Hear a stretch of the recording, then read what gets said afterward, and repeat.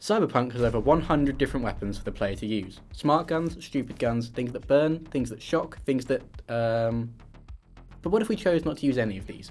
What if we beat the game only using Quickhacks? For those who may not know, Quickhacks are often used supplementally in Cyberpunk's combat, serving more as distractions than outright solutions, like throwing a shoe at a bear. Sure, it'll work, but there's probably a better option.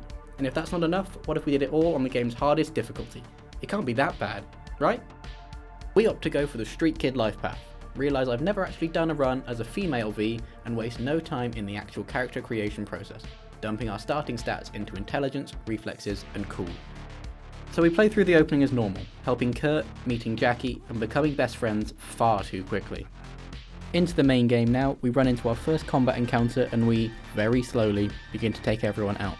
It's at this point that I realised just how slow this run was going to be in the early stages, with 5 or 6 quick hacks being needed to take out a single enemy and our RAM recovery being very slow.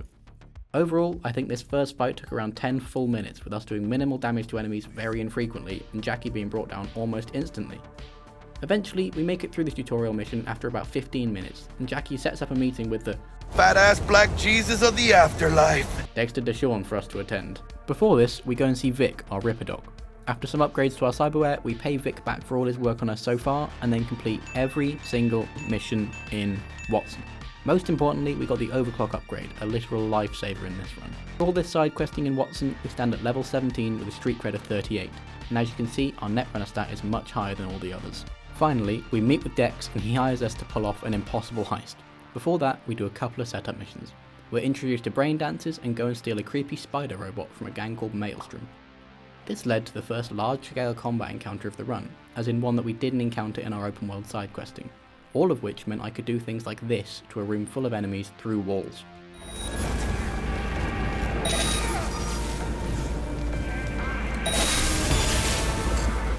It did not, however, work in our first real boss fight in the run.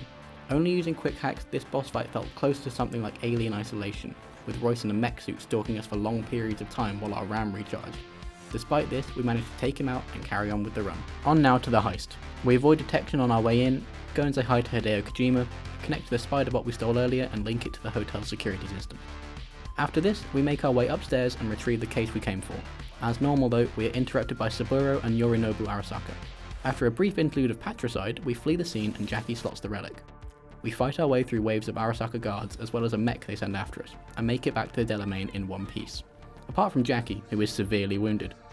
We destroy some drones that are chasing us, and Jackie tragically dies, giving us the relic. We catch up to Dex and he shoots us in the face, killing us so hard we have a nightmare where with Keanu Reeves, who can't use quick hacks and therefore does not contribute to the run. We wake up in a landfill and watch Dex get shot. We're then taken on a serene car journey by the guy who shot Dex, Takamura. We make it to Vix and are told we have weeks to live, so naturally we go and spend real life days completing various side quests around the now open world. After this, we meet with Takamura and discuss our options. The first of these options is to look for Evelyn, the info dealer for the heist, which leads us to the club Clouds. The infiltration goes pretty smooth and we end up in this guy Woodman's office and talk to him. One of the gigs we did in Watson earlier comes back here, where a certain gang member had an accident, wherein we set his brain on fire. As a result of this, we can threaten Woodman and he gives up the information on Evelyn, or at least her Ripper Dog. Woodman's intel leads us to a Ripper Dog called Fingers. Lovely. We interrogate him for Evelyn's whereabouts, which he doesn't know exactly, but we do our good deed for the run and track Evelyn to an abandoned warehouse. We're then able to retrieve and rescue her, taking her back to Judy's apartment to recover. Now to meet with a fixer called Rogue, an old friend of Johnny's who can help us find Hellman, the creator of the relic. She leads us to a convoy that Hellman will be on for us to attack. We do this with the help of Pan Am Palmer, but first she needs help getting her car back. We ambush the Wraith in an abandoned town and retrieve it.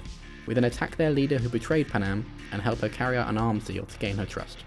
After a brief side quest to go and retrieve the Batmobile, we attack the convoy, setting off a huge EMP blast. We find out where Hellman has been evacuated to and go to retrieve him.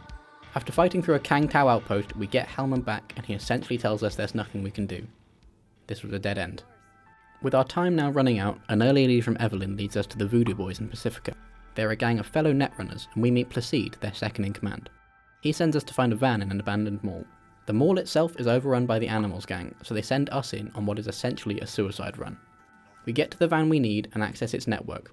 This causes an alert to Netwatch, basically the cyber police, and causes them all to go on lockdown, so we track down the agent nearby and turn down his offer to help. The seed then fries the system in the mall, and when we wake up, we go to tell the Voodoos what we found. An important side note at this point, it was around this part of the run the game started to feel a bit too easy, so naturally I made it harder on myself. From this point on, I stopped sneaking around enemies, facing them head on instead. Once we make it back to the gang, we dive into the deep net in search of Alt Cunningham, Johnny's old girlfriend. We blast through another flashback and find Alt dead in the real world. Once we regain control of V, we turn against the Voodoo Boys for frying us in the mall and fight our way through them. Because the gang are all netrunners, this encounter was one of the hardest in the run. We take out their leader, Brigitte, as soon as the fight starts and push our way out the basement. Slowly but surely, we move through the rest of the gang. This culminates with us fighting Placide in a church. Because of his advanced net running capabilities, this fight was a challenge, but eventually we bring him down and cement ourselves as the ultimate netrunner. Now we move on to see Takamura. He plans to kidnap Hanako Arasaka during a parade and tell her the truth about the death of her father. After some parkour I'm very proud of, we find the parade float she'll be aboard and plant a virus into it. We then use even more parkour I'm proud of to escape. Now at the parade, we see my personal favourite part of the game, with these huge fish holograms and the cherry blossoms, but we can't enjoy it for too long. We move through the event to find the snipers posted around and take them out systematically, as well as the surrounding drones and soldiers. Eventually, we get through to the boss fight with Oda. For times like this, we spec heavily into our reflex skill tree, so we're able to dash around with almost limitless stamina, even in midair. This allowed us to skirt Oda around the arena, staying out of range of his attempted stabbings. After a drawn out fight, and admittedly a couple of deaths, we best Oda, not killing him on Takamura's request. We patch into the cameras on board Hanako's float and watch as Takamura kidnaps her. We make our escape as Arasaka locks down, even running into this guy on our way out. We meet Takamura and talk briefly with Hanako before we're attacked by an Arasaka kill squad. We go back and save Takamura, because I'm not a monster, and then we collapse. Luckily, after we collapsed, Johnny took over and got us to a safe space, a hotel room he used to camp out in. We bond over this near-death experience and he asks us a favour. Johnny wants us to help him reconcile with Rogue. This leads us to tracking down Adam Smash's right-hand man with Rogue and giving Johnny a proper burial. Also, getting his old Porsche in the process.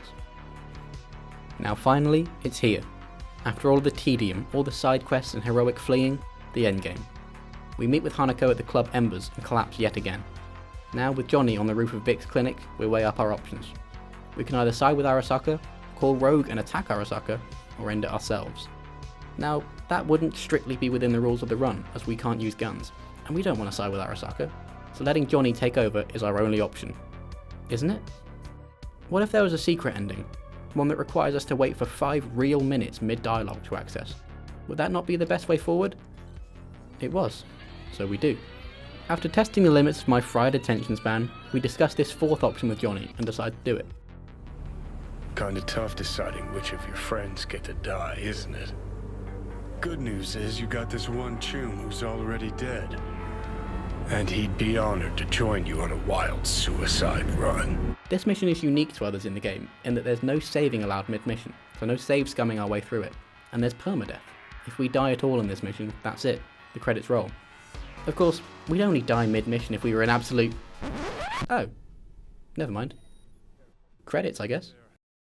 But that's not good enough. Not after the 35 hours we've put in. So we reload, in a minor act of save scumming, and have another go. This time, we play it safer, using our dodge move more.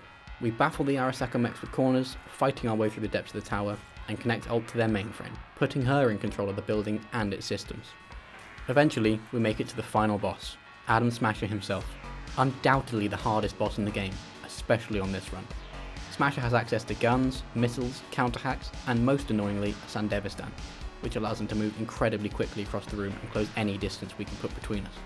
The permadeath rule is still in effect, so we only have one shot at this. It takes time and lots of heals and air dashes, but we eventually bring him down, avenging Johnny, David, and Rebecca in the process. Now in the cyber world, we surrender the body to Johnny, giving him another chance at life, rather than V dying in a matter of months. In the epilogue, now as Johnny, we visit the Columbarium, and we say some final goodbyes to some old friends. Thanks for... well, for everything. Then, Johnny boards the bus, and we've done it. We beat Cyberpunk 2077 only using Quickhacks. Overall, the run took just shy of 40 hours to complete, and was a lot of fun. I want to thank you for making it all the way to the end. This is my first video in a long time, so I really do hope you've enjoyed it.